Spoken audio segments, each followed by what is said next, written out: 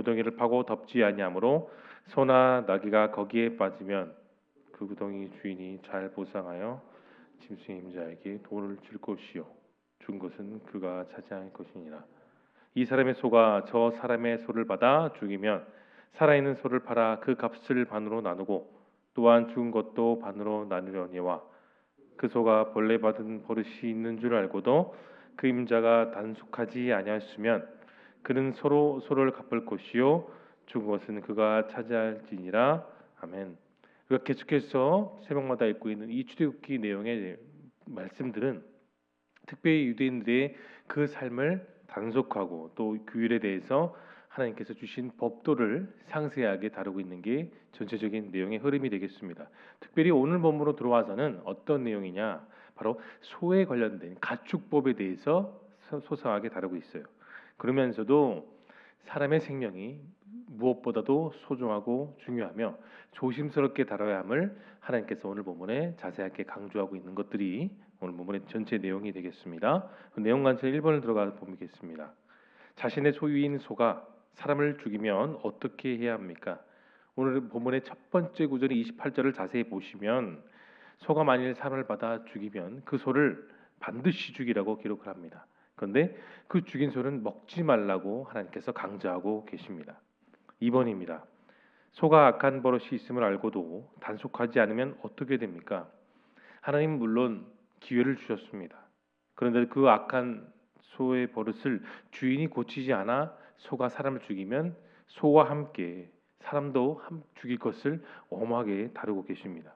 그런데 여러분 28절에 나와 있는 규율과 29절에 나와 있는 규율은 조금 차이가 있어요. 28절을 자세히 보시면 소가 사람을 죽이면 소만 죽이게 하셨지만 29절은 다릅니다. 분명히 그 악한 버릇이 있었음을 알고도 주인이 고치지 않고 방치하면 소와 주인 함께 죽일 것을 말했습니다. 다만 예외사항으로 이어지는 30절을 자세히 보시면 피해를 받은 가족이 원하는 경우 가족이 동의하에 그 배상금을 생명의 대가로 대신할 수 있도록 기회를 주셨습니다. 우리 영과 묵상으로 좀 더 살펴보겠습니다. 짐승이 인간의 생명을 해했을 때 반드시 돌로 쳐서 죽이는 이유는 무엇일까요? 여러분, 하나님이 정하신 이와 같은 율법은 그 중심에 무엇이 있냐? 사람의 생명을 소중히 매우 귀중하게 여기라는 뜻이 있습니다. 이스라엘 백성들이 애굽을 나올 때에 사람 못지않게 수많은 가축들도 같이 애굽을 나왔습니다. 가축은 그들의 가정 생활에 있어서 정말 뗄래야 뗄 수 없는 필요한 존재들이죠. 이 가축으로 인해 근데 곳곳에서 사고들이 발생했고 때로는 사람이 죽기도 했습니다. 하나님은 이에 대해 법을 만드실 필요가 있었고 그래서 가축법을 제정하셨죠. 이스라엘 백성들이 공동체 안에서 하나님의 공의와 정의를 그대로 실천하기 위해 그들의 삶 가운데 필요한 법 중에 하나인 가축법이 필요했던 겁니다. 그래서 보면 문제를 일으킨 소에 대한 보상으로 32절의 본문은 그 보상금을 은 30세겔을 주도록 하셨습니다. 이 은 30세겔은 오늘날의 금전 환산으로 가치를 표현하면 약 1,300만 원 정도의 가치가 된다고 합니다. 이 당시 가장 무서운 법은 석형이었어요. 돌로 죽이는 벌이었습니다. 사람들 마음의 석형은 극한의 두려움과 공포를 일으키는 가장 두려운 형벌이었죠. 그래야 사람들이 그 두려운 형벌을 기억하며 같은 실수를 반복하지 않을 수 있었던 것입니다.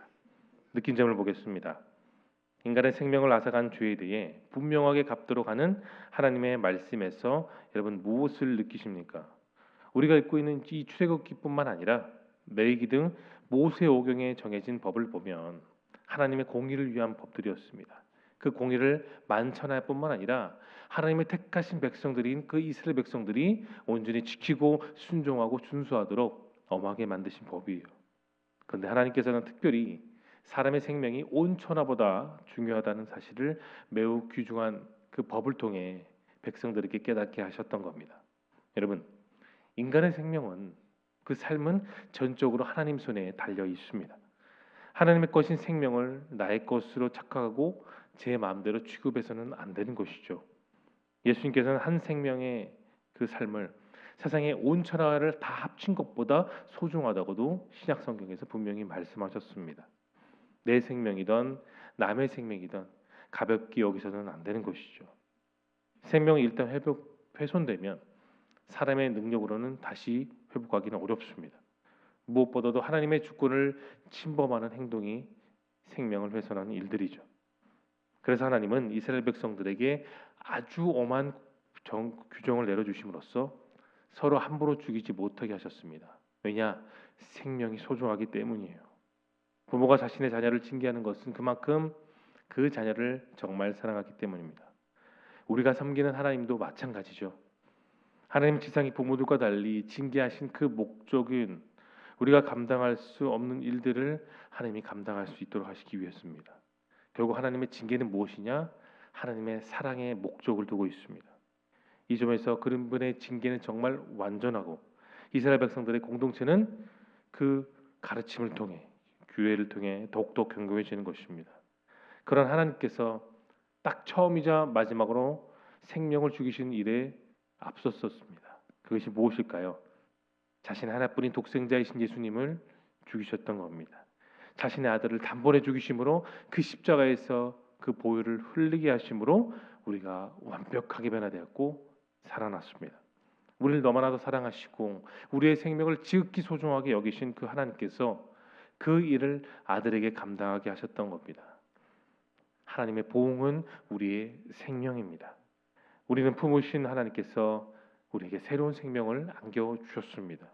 그분의 보응이 오늘을 살아가는 우리의 강한 힘이 됩니다. 적용을 보겠습니다. 나의 부주의 때문에 다른 사람에게 피해를 준 적이 있다면 언제입니까? 우리는 주어진 인생을 살면서 좋은 일들을 경험합니다. 그러나 때로는 나의 실수, 나의 부주의 태도와 말로 인해 주변의 사람들이 마음을 상처를 받고 손해를 경험하기도 하죠. 특별히 크리스천들에게 있어서 입술, 즉 말을 조심해야 됩니다. 말이란 생각하는 것을 바로 그 소리로 표현하는 것이죠.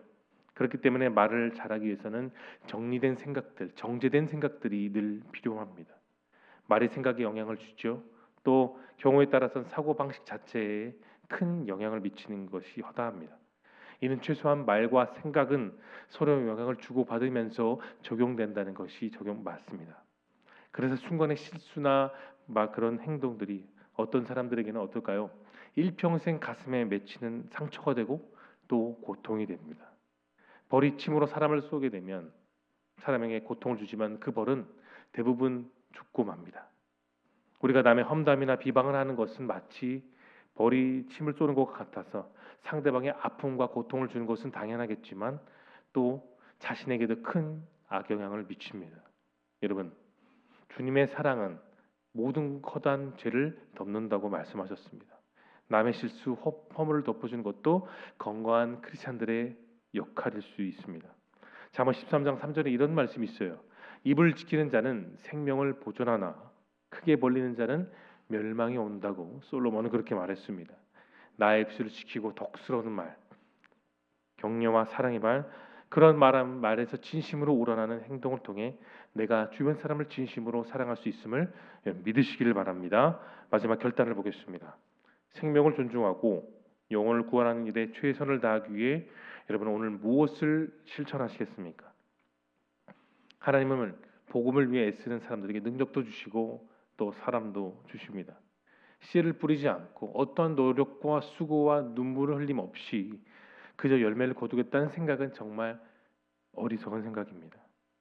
그러니 여러분 성급한 열매를 맺기보다 매일매일 내게 주어진 그 삶 속에서 내 주변의 영혼들을 위해 씨 뿌리는 과정을 이룰 수 있길 바랍니다.